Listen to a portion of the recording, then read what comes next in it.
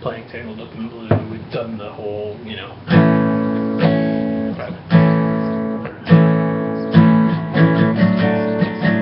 But we realized the second time, instead of 1, 3, it goes 1, 2, 3. Yeah. So which is easier. Here's the whole intro, which is like kind of not really thinking straight about it. Neither is easier or harder. Like if you were just practice the first rhythm for 10 minutes, doing it once and stopping, you would be better at it than the second rhythm. So, sorry.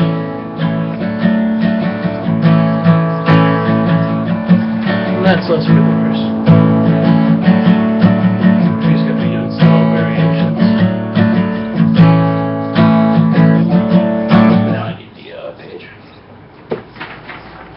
Cool. So, you know, when we get to, and it's cool, we realize how syncopated this is, and that's actually the band, the studio band coming up with, let's do exactly this rhythm. Very much in the vein of like Robbie Robertson band type guitar playing. Yeah, so we get to D, we're going 1, 3, but yeah, kind of, it switches to this, or excuse me, when we get to, yeah.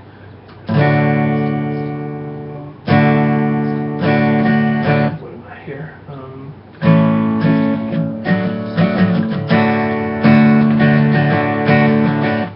Just kind of boom, cha-chicka-doom, chicka-digga. Or let me double check that actually, because it looks like I wrote something else. 15 seconds, memory serves. Wondering if she'd change it all if her hair was still red. So.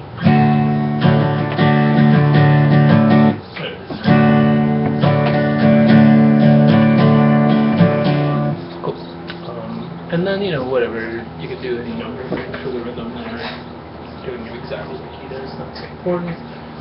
We get to the, that's when interesting shit starts happening. We get nearly kind of cut time thing. We're going 1, 2, and 3, 4, and 1, 2, and 3, 4. But it sounds much more like what they're playing to just go 1, 2, and 3, 4, and 1, 2, and 3, 4, and, but either way, you could go. Sound fine. What they actually do sounds like the first time is. Yeah, so this is where we got to the concept of the open strum. You know, I'm going, which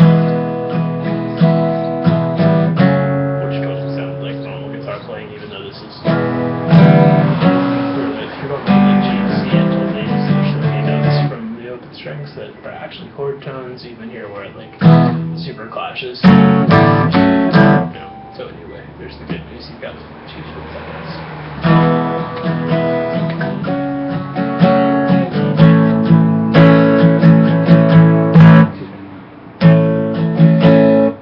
So dum jiggy dum jiggy dum jiggy dum jiggy 1, 2, 3, 4. Yeah, there we go. Where do we go? All right. Retarded, so just this. As a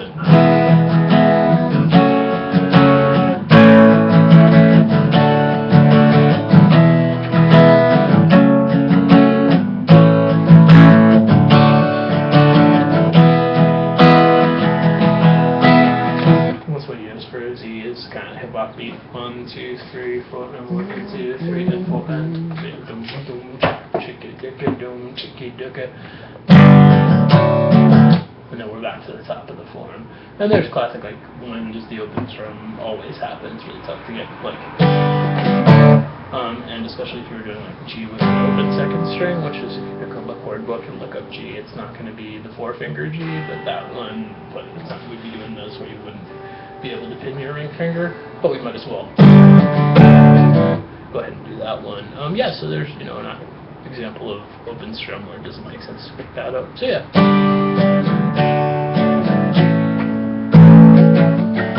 Yeah, cool. So anyway, that's all in there. I'll hear from you just taking it from me.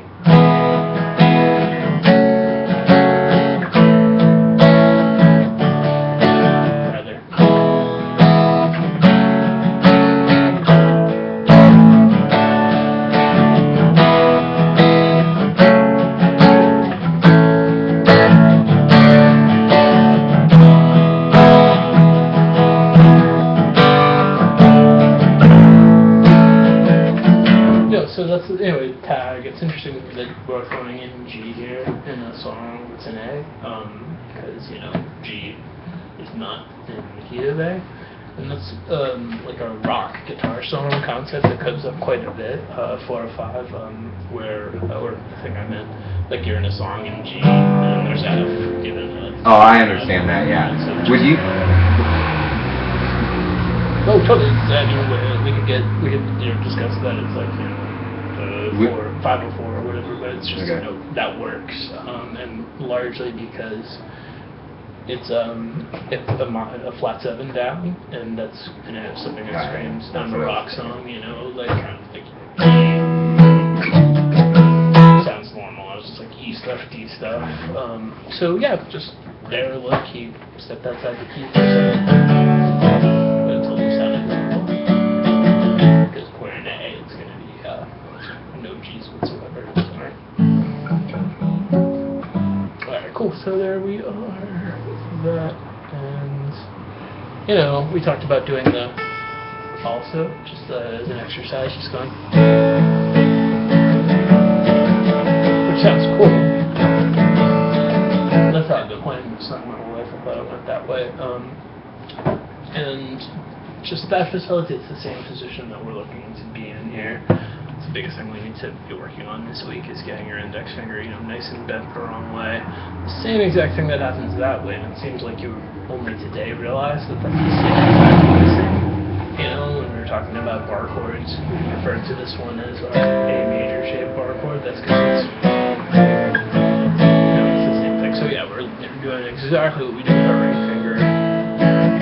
So it's being in this position that enables us to get up high enough to come straight into the strings and have it just be this on and off thing rather than up under, down under, up under.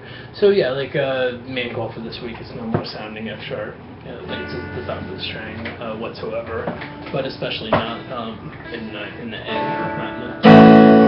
And plenty of people, it's like that's a cool thing to do, to be like, or whatever, but it's not a chord tone. Great. So there's Tangled in Blue.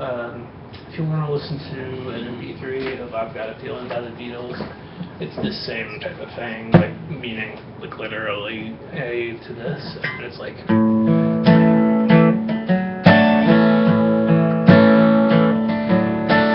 But it's got this.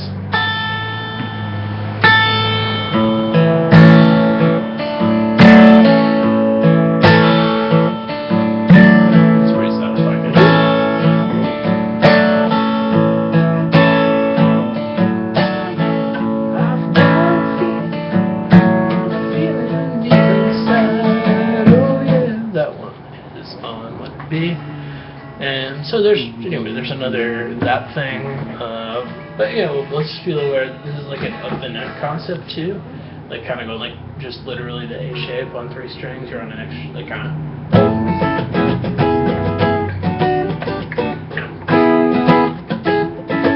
every disco song or Fish song ever, or Hendrix like It sounded like Mike's song, Bee Gees.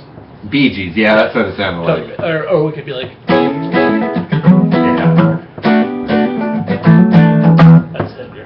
Wait till tomorrow intro. So he's literally, I'm around the neck going. Does the song have that? Yeah, totally. I think that's like, God, and if I remember this, it's from when I was like 17. The verse is like this. Whatever the chords are there. But yeah, then it's.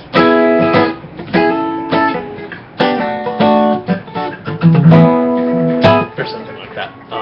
He likes to use that one quite a bit. Okay, now I want to totally be able to play this even though it's